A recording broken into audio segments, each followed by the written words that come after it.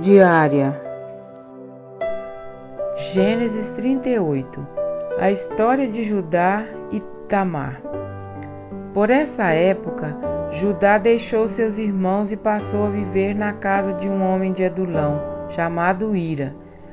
Ali Judá encontrou a filha de um cananeu chamado Suá e casou-se com ela. Ele a possuiu, ela engravidou e deu à luz a um filho, ao qual ele deu o nome de Tornou a engravidar, teve um filho e lhe deu o nome de Onã. Quando estava em Quezibe, ela teve ainda outro filho e chamou-o Selá. Judá escolheu uma mulher chamada Tamar para seu filho mais velho. Mas o Senhor reprovou a conduta perversa de filho mais velho de Judá, e por isso o matou. Então Judá disse a Onã: case-se com a mulher do seu irmão, cumpra as suas obrigações de cunhado para com ela e dê uma descendência a seu irmão. Mas Onã sabia que a descendência não seria sua. Assim, toda vez que possuía a mulher do seu irmão, derramava o sêmen no chão para evitar que seu irmão tivesse descendência.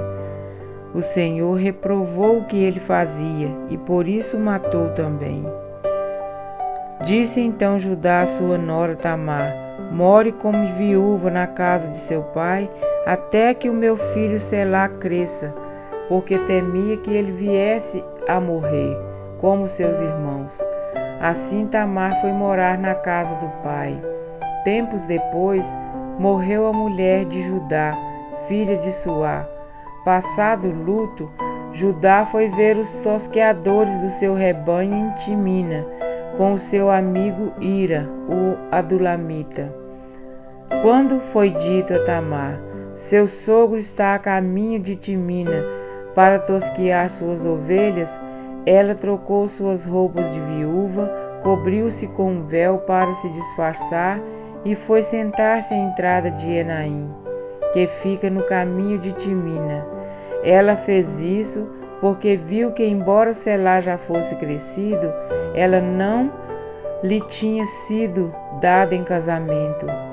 Quando a viu, Judá pensou que fosse uma prostituta, porque ela havia encoberto o rosto. Não sabendo que era sua nora, dirigiu-se a ela à beira da estrada e disse: venha cá, quero deitar-me com você. E ela perguntou: o que você me dará para deitar-se comigo? Disse ele: eu lhe mandarei um cabritinho do meu rebanho. E ela perguntou: você me deixará alguma coisa como garantia até que o mande? Disse Judá: que garantia devo dar-lhe?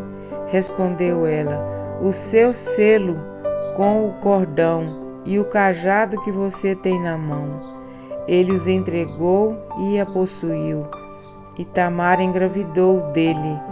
Ela se foi, tirou o véu e tornou a vestir as roupas de viúva. Judá mandou o cabritinho por meio de seu amigo adulamita, a fim de reaver da mulher sua garantia. Mas ele não a encontrou e perguntou aos homens do lugar: onde está a prostituta cultual que costuma ficar à beira do caminho de Enaim? Eles responderam: aqui não há nenhuma prostituta cultual. Assim ele voltou a Judá e disse: não a encontrei. Além disso, os homens do lugar disseram que lá não há nenhuma prostituta cultual. Disse Judá: fique com ela o que lhe dei. Não quero que nos tornemos objetos de zombaria. Afinal de contas, mandei a ela este cabritinho, mas você não a encontrou. Cerca de 3 meses mais tarde, disseram a Judá: sua nora Tamar prostituiu-se e na sua prostituição ficou grávida. Disse Judá: traga-na para fora e queime-na viva. Quando ela estava sendo levada para fora, mandou o seguinte recado ao sogro: estou grávida do homem que é dono destas coisas. E acrescentou: veja se o Senhor reconhece a quem pertence esse selo este cordão e este cajado. Judá os reconheceu e disse: ela é mais justa do que eu, pois eu devia tê-lo entregue a meu filho Selá, e não voltou a ter relações com ela. Quando lhe chegou a época de dar à luz, havia gêmeos em seu ventre. Enquanto ela dava à luz, um deles pôs a mão para fora.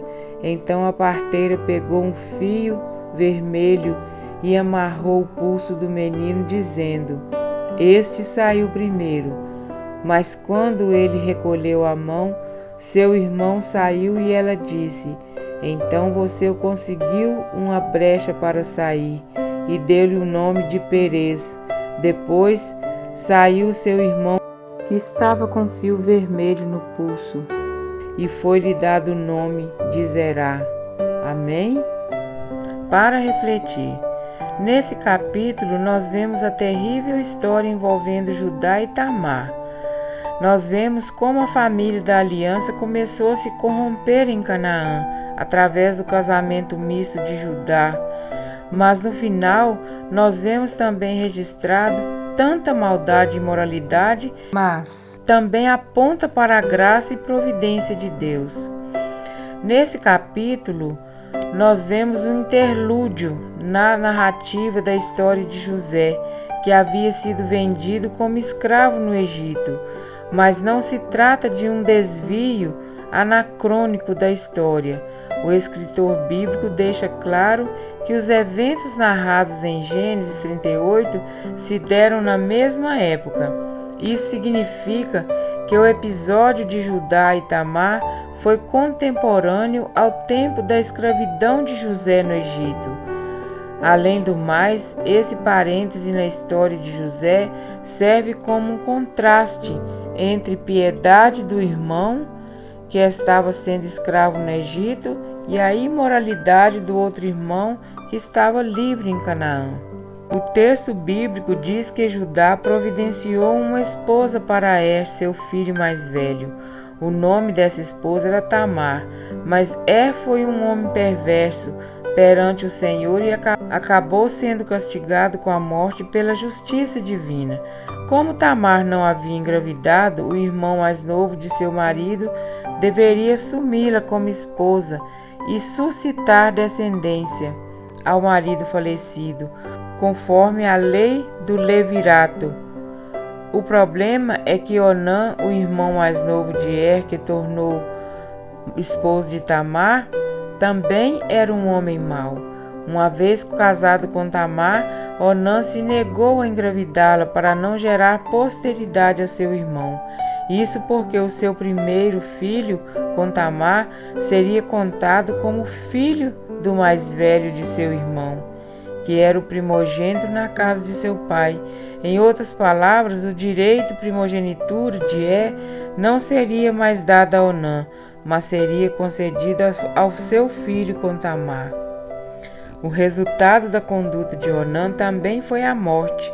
Depois da morte de Onã, Judá enviou sua nora viúva de volta à casa dos seus pais, mas prometeu que quando seu filho mais novo fosse um homem, ele lhe daria em casamento. Essa era apenas uma desculpa de Judá, que supersticiosamente enxergou Tamar como uma mulher que trouxe desgraça a seus filhos. Então, na verdade, Judá tinha medo que Selá, seu filho mais novo, também viesse a morrer como seus irmãos. Ele não percebia que seus outros filhos foram mortos por causa da sua própria impiedade. A revelação do pecado de Judá.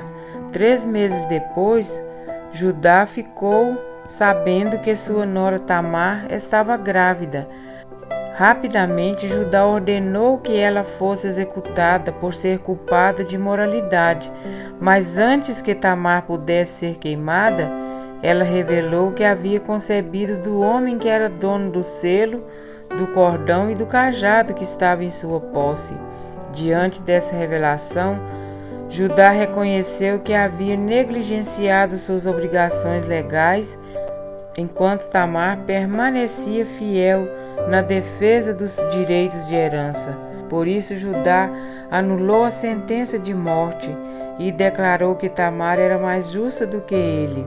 Depois disso, a Bíblia diz que Judá nunca mais teve relações com Tamar. Tamar acabou engravidando de gêmeos. Ao dar à luz, algo curioso aconteceu. O braço de um dos gêmeos saiu para fora e a parteira o marcou com um fio, identificando o primogênito. Mas o menino recolheu a mão e o outro gêmeo acabou nascendo primeiro. Esse foi chamado Perez e o outro foi chamado Zerá. Essa desastrosa história de Judá e Tamar aponta para a misericórdia de Deus, a graça de Deus. Isso porque Perez, o primogênito dos gêmeos, frutos de uma relação imoral, acabou sendo contado na genealogia de Jesus Cristo. Ele entrou na linhagem messiânica, sendo um ancestral do rei Davi, através de Boaz, o marido de Ruth. Ruth 4, 18 e 22. Mateus 1, 3. Assim, Gênesis 38 nos lembra de que o eterno propósito divino não pode ser frustrado pelas imperfeições humanas. Amém?